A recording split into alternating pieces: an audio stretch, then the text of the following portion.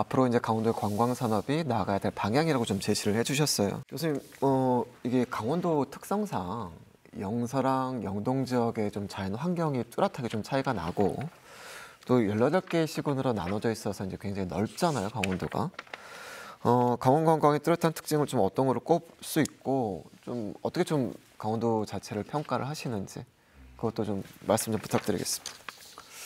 일단 뭐 말씀하신 것 중에서 굉장히 넓은 지역이죠. 그리고 특히 지리적으로 영동이 나눠져 있는 부분들이 어떻게 보면 뭐 단점이 될 수도 있지만 또 장점이 될 수 있다라는 생각을 합니다. 아무튼 그 이전에 어떤 강원도가 가진 여러 가지 힘이라고 하면 뭐 앞서 이제 대표님도 말씀하셨지만 산으로 출근하고 바다로 퇴근할 수 있는 이런 자연 환경을 가졌다는 게 어떻게 보면 잘 갖춰지는 하드웨어가 있다.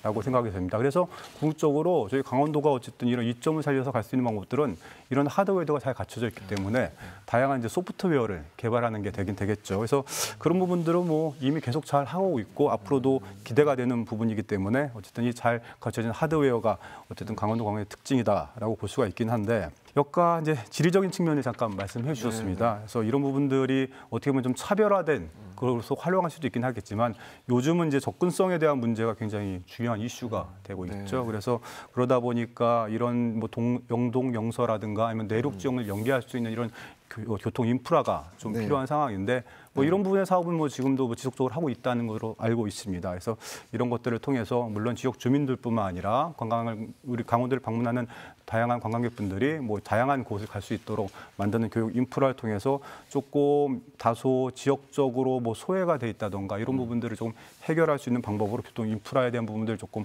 강조를 하고 싶습니다.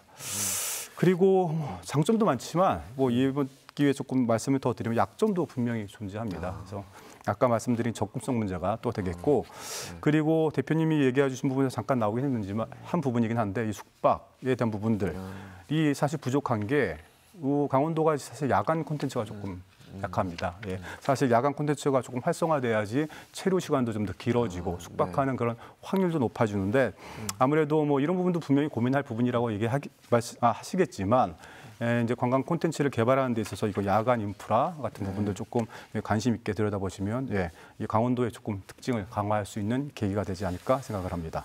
교수님께서 이제 그 강원도의 관광 인프라에 대해서 말씀을 해주셨는데 얼마 전에 이제 영월 삼척간 고속도로 사업 추진이 확정이 됐고 이를 계기로 해서 관광객 유치에도 청신호가 켜졌다라고 전망하신 분들도 있습니다. 뿐만 아니라 강원도는 사통팔달 철도망 구축에도 힘을 쏟고 있고요. 좀 어떻게 좀 평가를 하세요, 대표님? 네, 맞습니다. 정말 강원도로서는 좋은 소식인데요. 그 영월 삼척 고속도로가 이제 이따가 통과됐기 때문에 강원 남부권을 연결하는 최대 규모의 SOC 사업을 통해서 저희가 남부권 관광을 활성화시킬 수 있는 그런 계기가 마련됐다라고 생각을 하고요. 그런 부분에서 앞으로 이제 저희가 기존에 하던 사업들도 있거든요. 또 강원 네이처로드라든지 이런 거는 국도의 7개 코스를 선정해서 챌린지 통합 홍보를 하고 있고 또 친환경 렌트카를 또 대여하는 사업으로 추진하고 있는데요. 지금 현재 개통되어 있는 동해중부선 같은 경우 부산에서 삼척까지 약 3시간 50분 만에 오고 있는데 지금 제가 현황을 보니까 약 하루에 1,100명이 예약이 꽉 차서 지금 삼척과 동해안권 6개 시군 강릉까지 이어지는 고성까지 오는 관광객이 지속적으로 오고 있더라고요. 통계를 보자면 열흘 만에 11,000명 이상이 방문할 정도로 계속 인바운드 되고 있습니다. 그 해파랑길을 통해서 부산서부터 그렇게 이루어지고 있고 분명히 이 SOC 사업이라든지 이런 부분이 활성화되고 잘 된다면은 저희 강원도에도 방문객을 맞이할 수 있는 청신호가 켜졌다고 볼 수가 있습니다.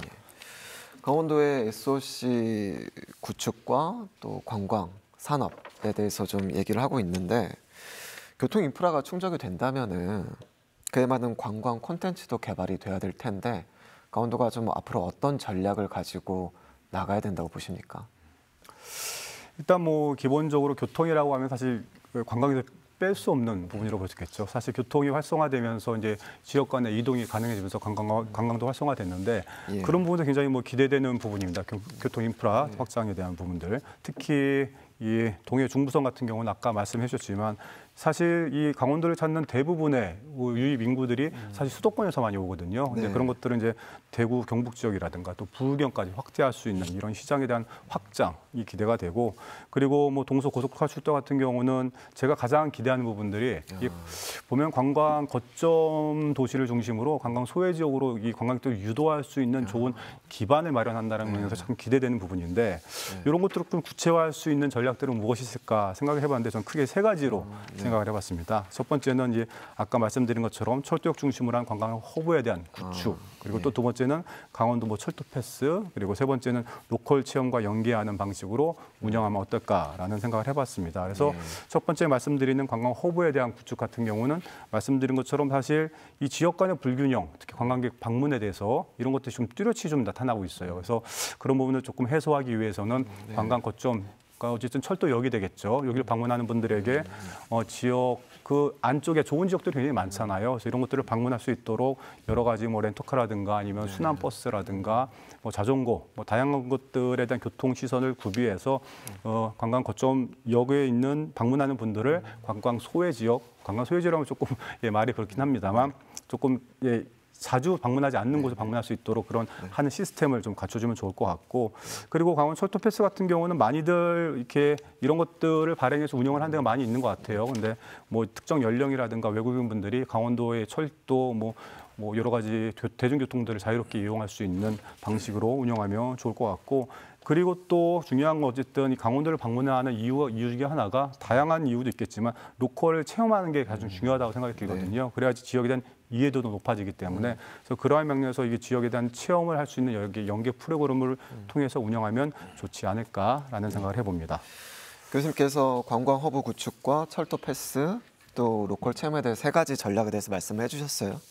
여기 대해서 좀 어떻게 좀 생각을 하시고, 재단이 장기적으로 이 교통망과 연계한 장기적으로 앞으로 좀 추진해야 될 방향, 사업 구상 이런 거 있다면 그것도 함께 좀 말씀 좀 해주시죠. 네.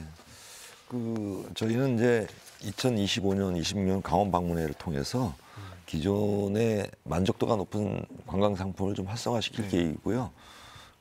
앞전에 야간 관광도 말씀 주셨는데, 그 야간 관광은 당연히 필요한 부분이 야간 관광 활성화를 통해서 그분들을 숙박 형태로 이뤄서 체류 관광으로 이어질 수 있는 중요한 상품이거든요. 저희 강원관광재단에서는 그런 부분에서 이제 별빛이 내리는 요가라고 해서 요가 인구들을 방문객을 모객해서 저희가 밤에 야간에 강원도의 천혜의 그 별빛을 보면서 요가를 하는 그런 장면을 연출하면서 그분들이 체류형으로 관광객으로 이를 수 있게끔 그렇게 준비를 하고 있습니다. 저도 직접 참여를 해봤는데 상당히 재밌기도 하고 또 건강에도 좋다고 생각을 하고요. 크게 보면은 사업에는 저희가 역시 이제 2025년 워케이션 추진 사업 계획이 있고요. 4개 시군이 준비를 하고 있는데 속초라든지 양양, 춘천, 강릉이 아무래도 일과 휴가를 같이 즐기려고 하다 보면은 오피스 공간이라든지 이런 시설 측면에서도 하드웨어적인 게 중요하기 때문에 그런 하드웨어적인 부분을 충분히 잘 만들어서 저희가 홍보를 통해서 그렇게 하고 있고요. 또 아까 1,500만 그 반려인구를 저희가 강원도에 맞이하기 위해서는 반려동물 관광에 대한 부분도 상당히 중요하거든요.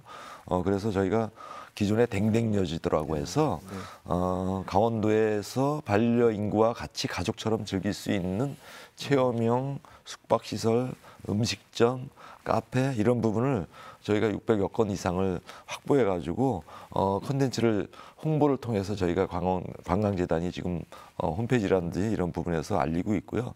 댕댕 버스 운영, 그리고 댕댕 트레인 운영 이런 거는 저희가 해봤습니다. 그래서 수도권에서 트레인을 이용해서 댕댕이와 같이 즐길 수 있는 공간으로 교통 편의를 제공하는 그런 것들이 저희가 사업을 하고 있는데 만족도가 높아서 저희가 수도권의 동부 트레일 그 기차 본부하고도 좀 업무 협약을 통해서 내년에도 좀 활성화시킬 계획이고, 또 강원 20대 명산 인증 캠페인 같은 경우는 천혜의 진짜 산을 강원도에도 50대 명산을 지금 하고 있는데 저희 재단에서 20대 명산 인증 챌린지에서 20군데를 다 챌린지해서 완등하는 분들도 있어요. 그래서 그런 도전 의식을 만들기 위해서 그것도 활성화시키고 있고 또 마이스 유치 및 지원의 부분도 분명히 체류형 관광으로 높이기 때문에 마이스의 산업에 대한 부분도 지속적인 노력을 하고 있고요. 또 하나는 이제 모르셨을 텐데 강원도가 크루즈를 할 수 있는 관광을 할 수 있는 곳이 있습니다. 그게 속초인데요.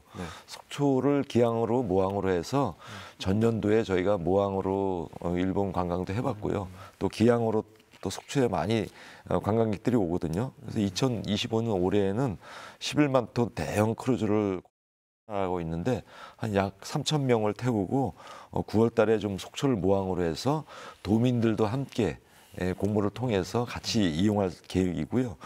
또 구미주권이라든지 이런 부분은 속초항을 올해 한 3회 정도 방문할 예정이 있습니다. 그래서 이런 외래 관광객이 한 또 7,000명이 또 속초를 찾게 되면은 고성이나 양양, 강릉 그런 기항을 통해서 관광을 또 즐길 수 있는 것을 마련할 계획에 있습니다. 예.